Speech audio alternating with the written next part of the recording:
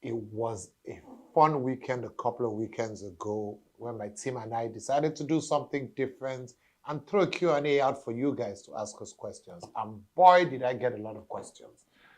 It was so much fun. Thanks, guys. We should do it again. I picked out 5 questions. Some we didn't answer in depth enough, and then some came after we closed the Q&A. But of course, I got you, so I've got those questions out here, and we're going to take a deep dive into them. Before I do that, I'm wearing a watch intentionally because, it's the answer to one of the questions. It is my Tudor Black Bay 58 39 millimeters. This is One Talk with Francis. I'm Francis. Let's get into it.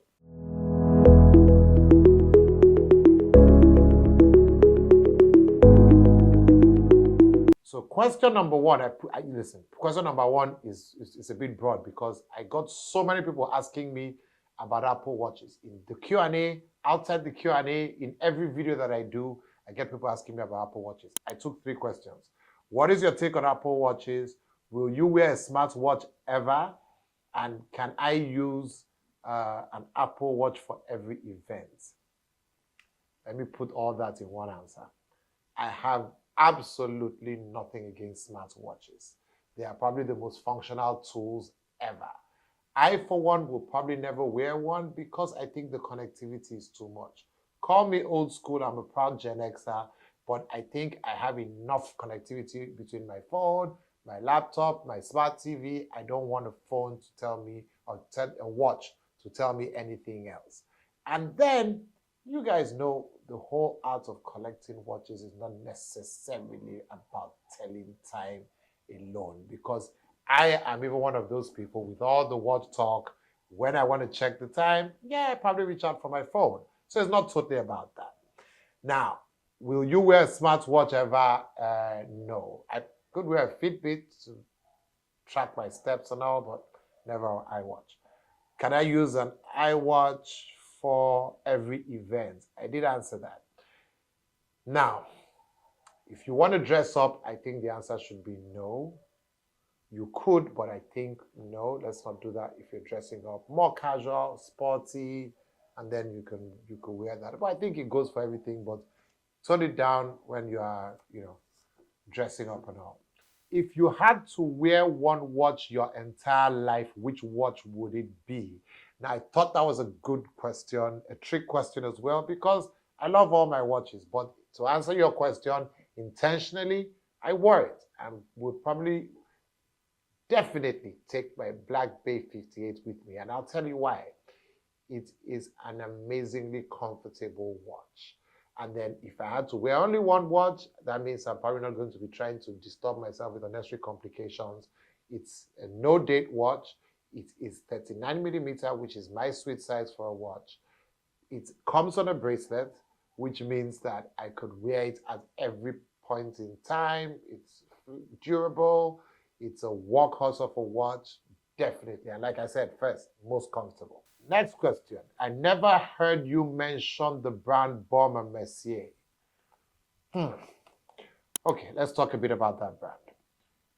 In the late 90s to early 2000s, even to the mid 2000s, Baume & Mercier, Swiss brand with good heritage, was ruling pretty much supreme around the $1,000 to $4,000 price range. Now, I don't know what went wrong. I don't know if it's advertising, but I think lack of innovation as well, not moving with times. Their Hampton model, I remember, was quite nice.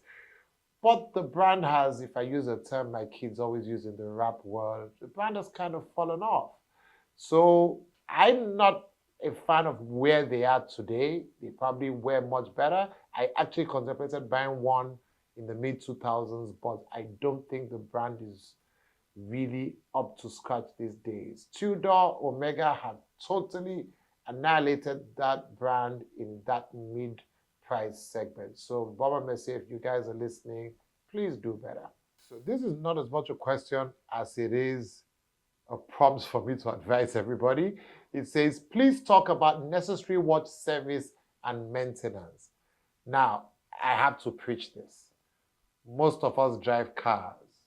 Most of us have bodies because we're human.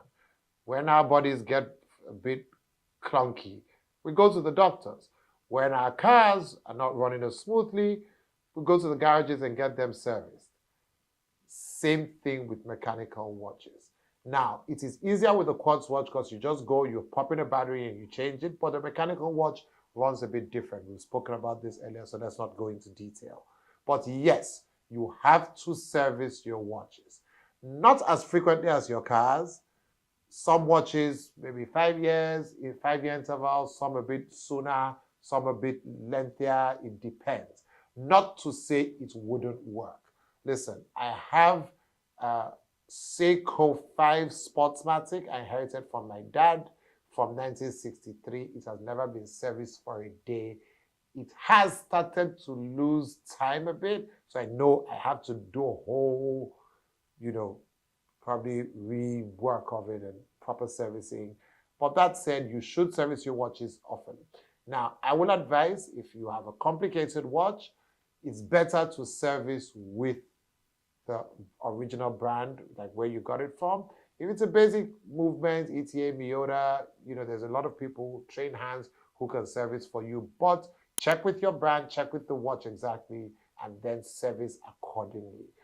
Cost of servicing vary from brand to brand, complication to complication, but listen, it's better safe than sorry. It's better to pay the price for servicing than pay price for repair. Trust me, I've been there. Now, the last question that I picked is, this is an interesting one. Do you think most collectors ever practically use their complications other than the date? I answered this on Instagram and I answer it again. See, even to set the date sometimes is a problem. I have some watches, I pick them up, I just set the time and I keep it moving. I know this is blasphemy to a lot of my collector friends. We've had this in a gathering when we're discussing and everybody looked at me sideways saying, oh, I set my date every time. I set my GMT function. Calm down, guys. Most times when I'm traveling, I revel in it. I set the time, set my second time zone, set the dates because I'll probably be on holiday and I would, forget what day it is if it's a fun holiday. But listen, when I'm on ground, on my day-to-day, which is why I love this watch because it has no date, I pick up and I set and I go. Now, depending on the complication. A chronograph, for instance, you would use as at when you want to use it, maybe like to, time stuff. GMTs, world timers, like I said, referenced earlier, I would use when I'm traveling and then I would definitely use them. But, when is the last time we've ever wanted to check the setting of the moon and the moon phase? I guess not that often. Power reserves, yes, because you want to check when you need to wind again. So some complications, you are kind of forced to use them. And then a lot of other complications, we both know are just for bragging rights. So let's not take it that serious. So listen, that was a lot of fun, guys. Next time you see the Q&A pop up, please ask all your questions and then we'll pick a few cool questions and then we'll talk about it here. Don't forget to like, share, subscribe. It's been fun talking watches. Stay safe, guys.